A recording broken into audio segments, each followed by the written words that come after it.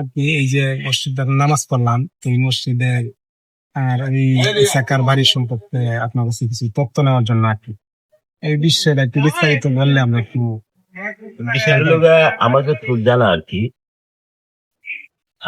আমি ইশাকার 15তম বংশধর। আমার নাম দেওয়ান জামাল দাত্তা।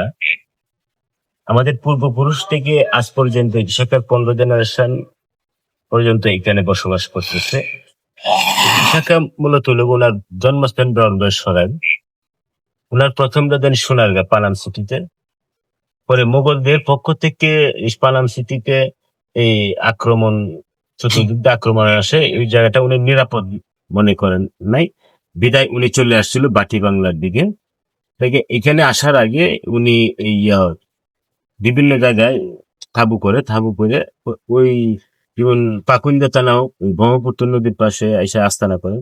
তখন এই ব্রহ্মপুত্র নদীতেও মোগলদের পক্ষ থেকে আক্রমণ আসতো। পরে উনি এই জায়গাটা ছেড়ে দিলেন।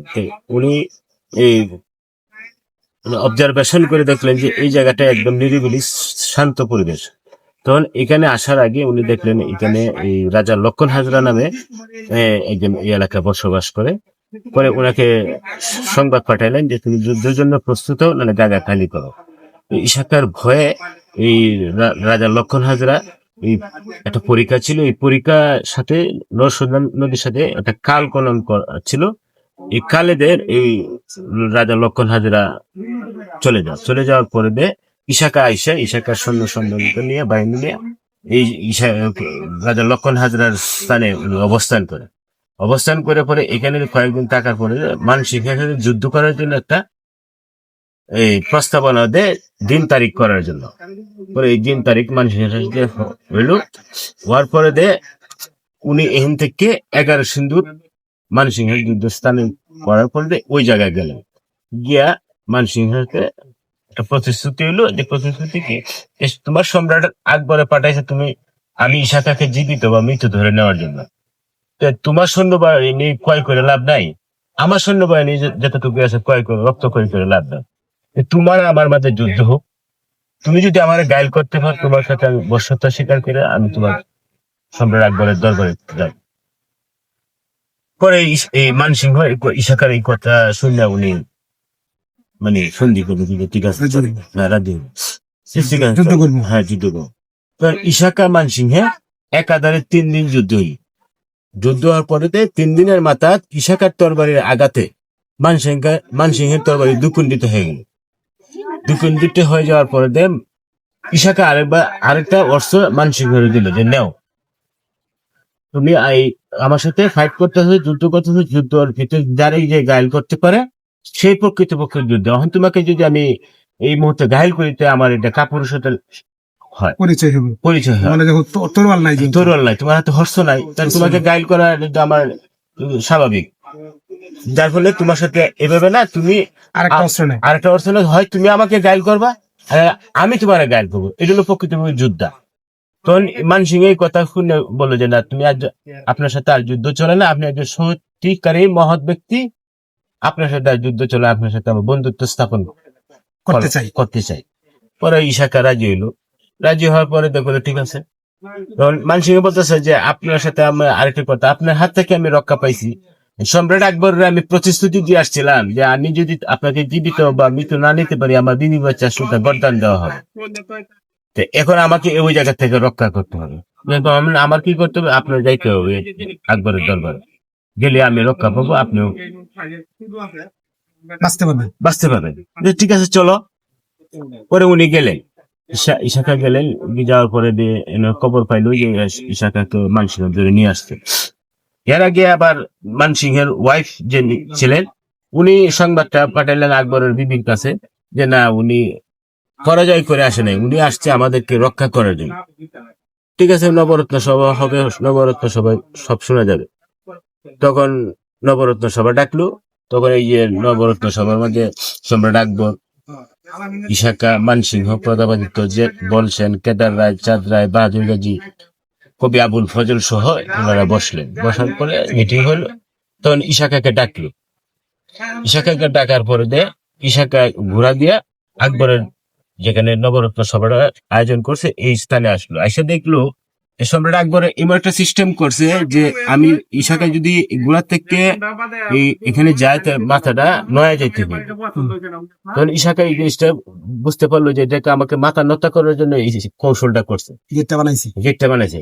তখন ইশাকা তার গোড়াটা আর একটু পিছাই দিল, পিছাই একটা চাবুক মারলো গোড়াটা একটা ফাল মারার পর যে এই গেটটা ডিঙ্গায় গিয়ে আকবরের সামনে গিয়ে উপস্থিত হওয়ার পরে ইশাকা ফাল দিয়ে গোড়া থেকে লাইমে ওনার কোমর থেকে একটা তরবারি এবার টান দিয়ে আবার চাপবে বসাই দেবেন। এতটুকু সম্মান করলো সম্রাট আকবরকে।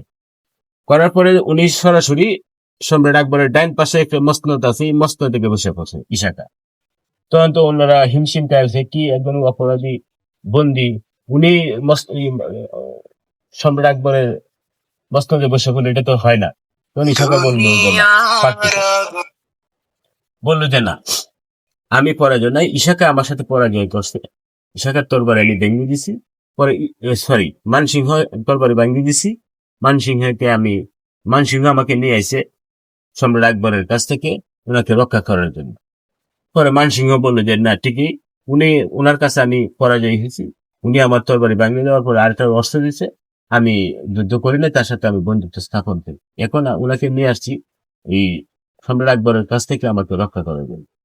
পরে সম্রাট আকবর বুঝতে পারলো যে ঠিক আছে, যে যাও, ইশাকা আজকে থেকে এই বাংলার 12 বিভাগ প্রধান ইশাকা মসনদ, এই যে মসনদ বসলি, মসনদের টাইটেল নিয়ে উনি আবার বাংলাদেশে ফিরে আসলো।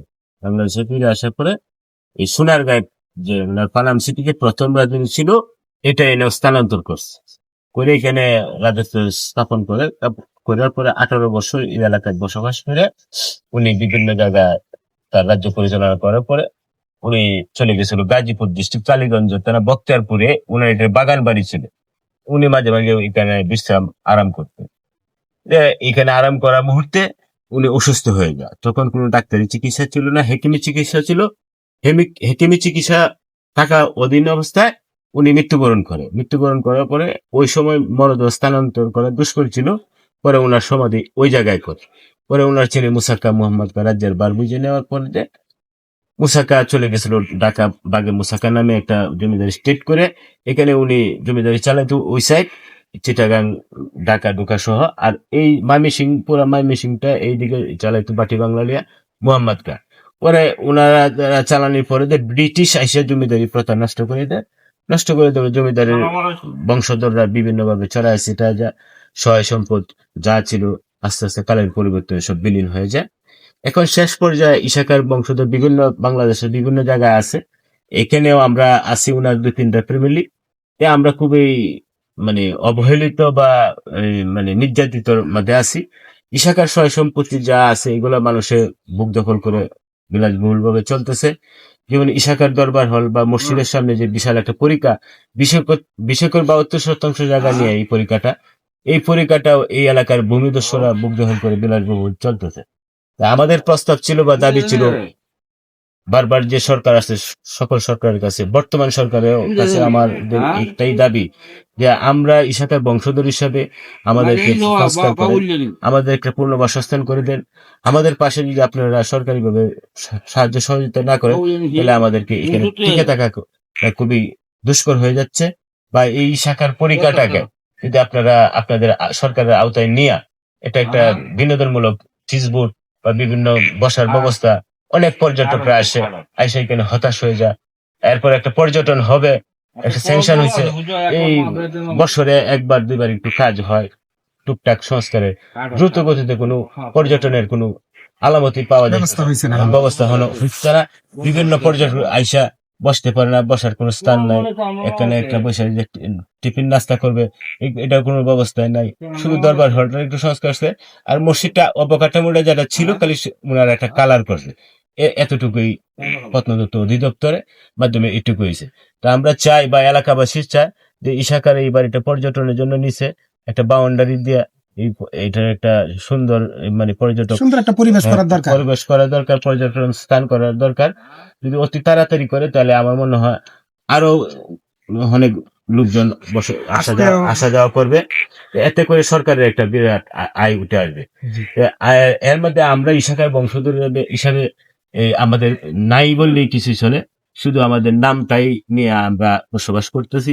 ইশাকার ঐতিহ্য, এই স্মৃতি আমরাই এই পর্যন্ত এই ধরে রাখছি।